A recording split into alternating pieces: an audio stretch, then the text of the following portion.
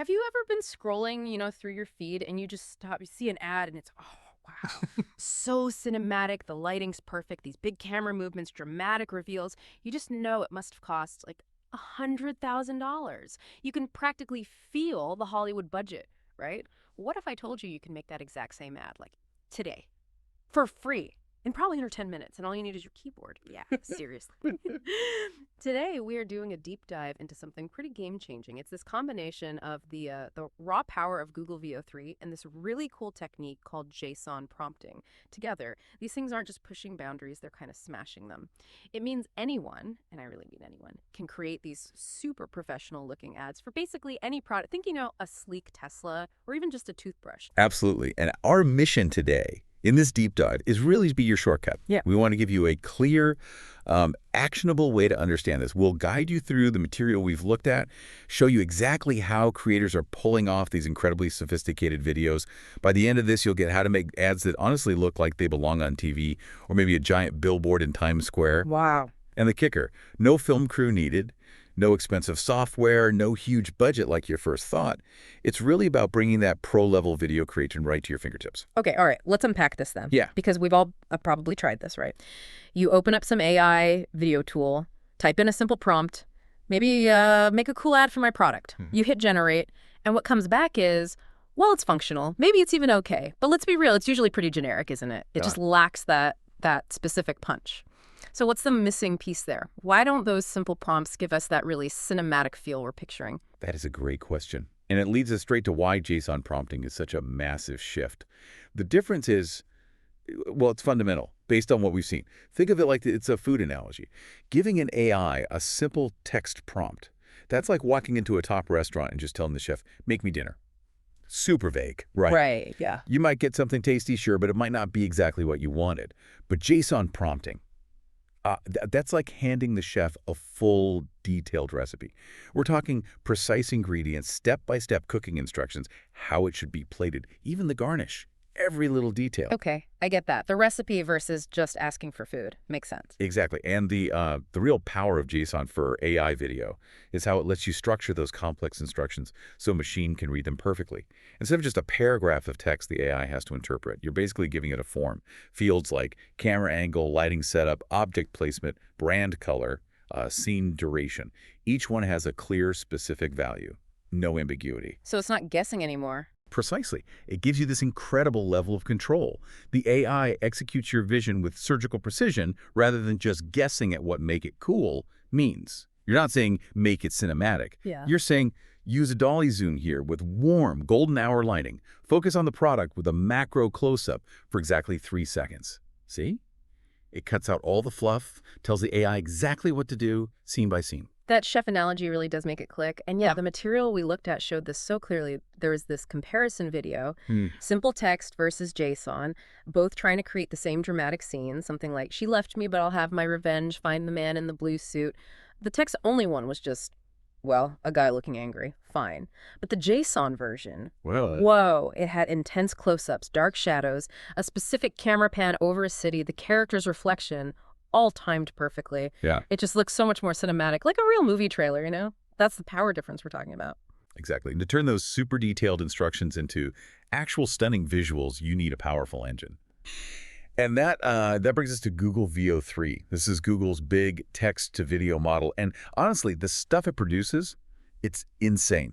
Really cinematic footage. It's the muscle that takes your detailed JSON recipe and brings it to life. And the cool thing is, getting access to VEO3 is actually surprisingly doable, which our research definitely highlighted. I mean, sure, there's the official platform, flow.google, if you're in the beta. But for lots of us who aren't there yet, there are some great ways in. Like for new users, if you sign up for Gemini Advanced, Google's free 1-month trial often includes VEO3 now. Right, I saw that. And that trial usually gives you like 1,000 credits. That's pretty generous. Enough for maybe 10 high-quality videos or a whole bunch of the fast mode ones, which only use 20 credits. And check this out for students. If you're in Brazil, Indonesia, Japan, South Korea, or the US, there's this amazing offer. A whole year of free access. That's huge for aspiring creators. Wow, a full year. That's incredible access. Yeah. Plus, the material also mentioned this platform called Abacus AI. They called it an all-in-one AI hub. Apparently, you can run VO3 there, plus a bunch of other AI tools for just $10. And they said unlimited access. So lots of options opening up. It really does level the playing field. Hmm. And once you do have access, a key thing to think about is managing those credits effectively. VO3 has a fast mode. It generates in 720p, which uses way fewer credits.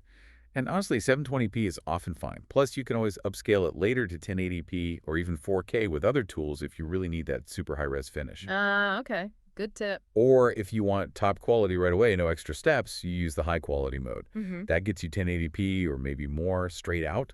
It's just about balancing, resolution needs versus credit use. Gives you flexibility. Okay, this is where it gets really interesting for me because all this JSON talk, it might sound a bit techy, like you need to be a coder or something. Mm-hmm.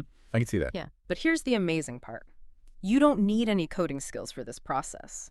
The sources we looked at laid out this really clever, almost plug-and-play workflow. It's all built around what they called a master JSON ad prompt. Can you walk us through that? How do we actually go from an idea to that, $100 K ad? Absolutely. And the beauty of it is how simple and effective it really is. It takes the mystery out.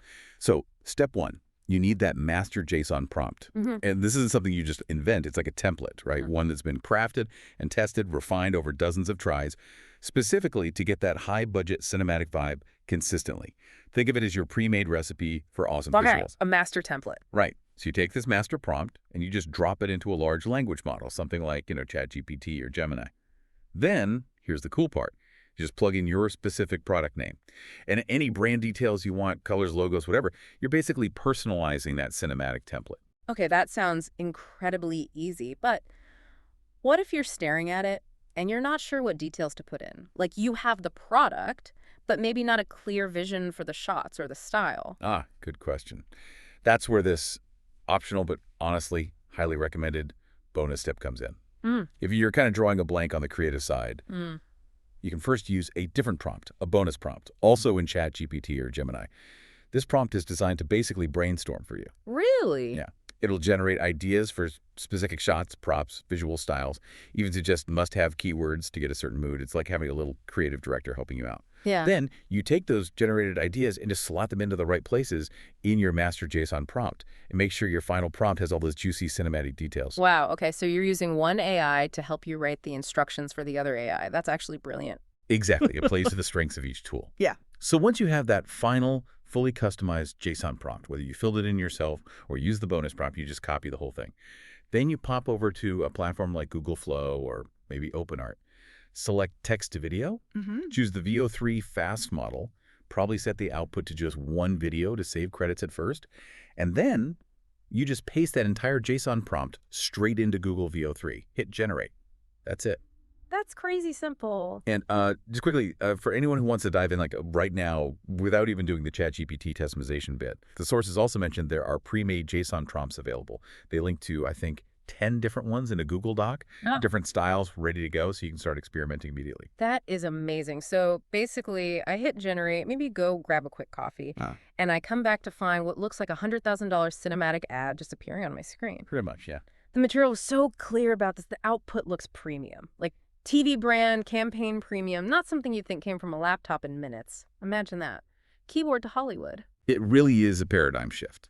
Now, it's worth saying, while that first output from VO3 is often really impressive, it's not always, perfect on the first try. Ah, okay. Sometimes just regenerating the exact same prompt a few times can give you surprisingly different results. Some might be significantly better, kind of like a director doing a few takes. A bit of iteration helps. Right, like different takes. Yeah. Makes sense. And yeah, we pulled together some killer strategies from the sources, ways to make your AI ads really pop, go from just good to genuinely wow. So here are our top tips, basically. First, be super specific with your scenes. Don't just say product shot. List out each scene in that JSON prompt, like scene 1, macro close-up, water drops on the product. Scene 2, product spins on a pedestal, dramatic backlight. The research was clear.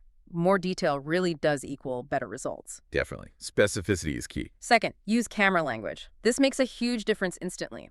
Throw in terms like dolly zoom, where the camera pulls back but zooms in, creates that cool, stretchy background effect. And the vertigo shot.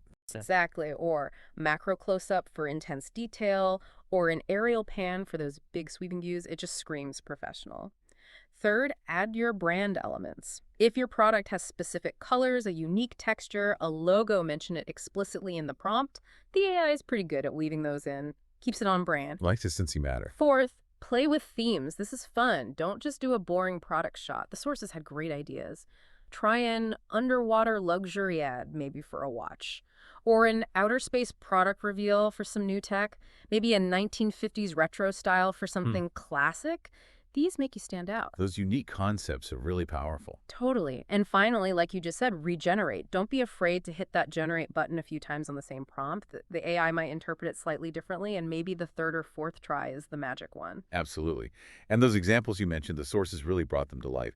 Imagine that Pepsi Neon Night Fizz ad. Yep. A Pepsi bottle exploding in slow-mo, shiny droplets catching neon lights, a party vibe in the back. It's an experience, not just a product shot. Or the Tesla showroom reveal.